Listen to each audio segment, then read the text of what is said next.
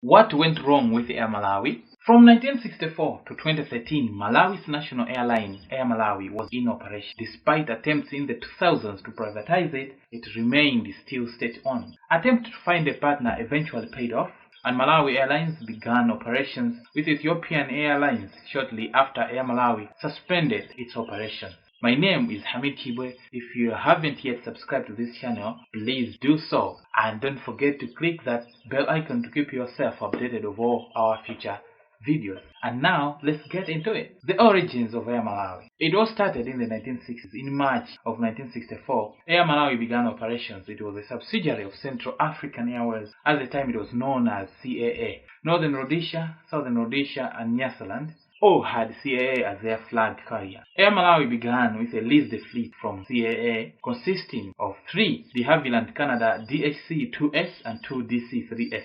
Zambia Airways, Air Malawi, and Air Rhodesia were formed in 1967 when Central African Airways was separated into 3 different airlines. Expansion of the company as a national carrier. The airline grew even more after its separation from CAA. It expanded its fleet with 2 ex-CAA Vickers Viscount aircraft which were used to offer long routes, domestic flights by 1967, predominantly DC-3s, and regional routes such as Mozambique, Mauritius, and Johannesburg were its main focus.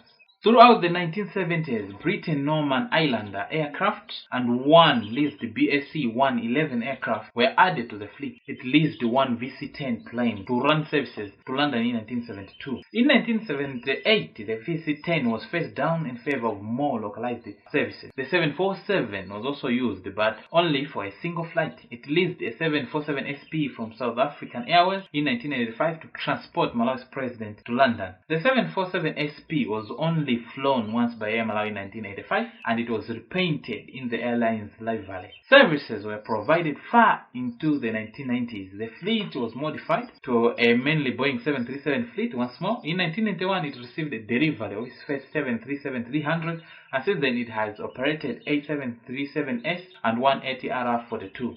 Privatization attempts and financial issues. Air Malawi's problem began in the early 2000s. It was having financial problems, and there were rumors that it was planning to sell off assets. Privatization was seen as a solution, and the government tried twice to implement it, but both times failed. South African Airways and Crown Aviation were the first to try to make a deal. This fell through in 2003 due to disagreements about the equity investment that South African Airways would take. Air Malawi was rescued for the first time by South African Airways. The second proposed agreement was with Comair, a minor airline based in South Africa. These two fell through in 2008 due to disagreements over the partnership's terms. Comair apparently planned to purchase a controlling 80% ownership in the airline, whilst Malawi's government wanted a strategic partner to assist running it. The company ceased operation in 2013 after 2 failed privatization initiatives. Air Malawi remained a state-owned enterprise until 2013. Ethiopian Airlines had emerged as a potential equity partner by that time. It has agreed to take a 49% interest in a new airline as part of a transaction with the Malawi government, retaining 51% of the company. In February 2013, Air Malawi suspended operations. Malawi Airlines, a new airline, was founded in July 2013. It started flying in January 2014. It began operations with 2 737-800 and Dash 8 aircraft leased from Ethiopian Airlines. It eventually replaced the 737-800 with a 737-700, which it still has in its fleet of 2 planes. Malawi Airlines is facing financial challenges once again in 2021. The Malawi government is supporting and recapitalizing it as of May 2021. That's the end of the video, and don't forget to subscribe to our channel. See you in the next one.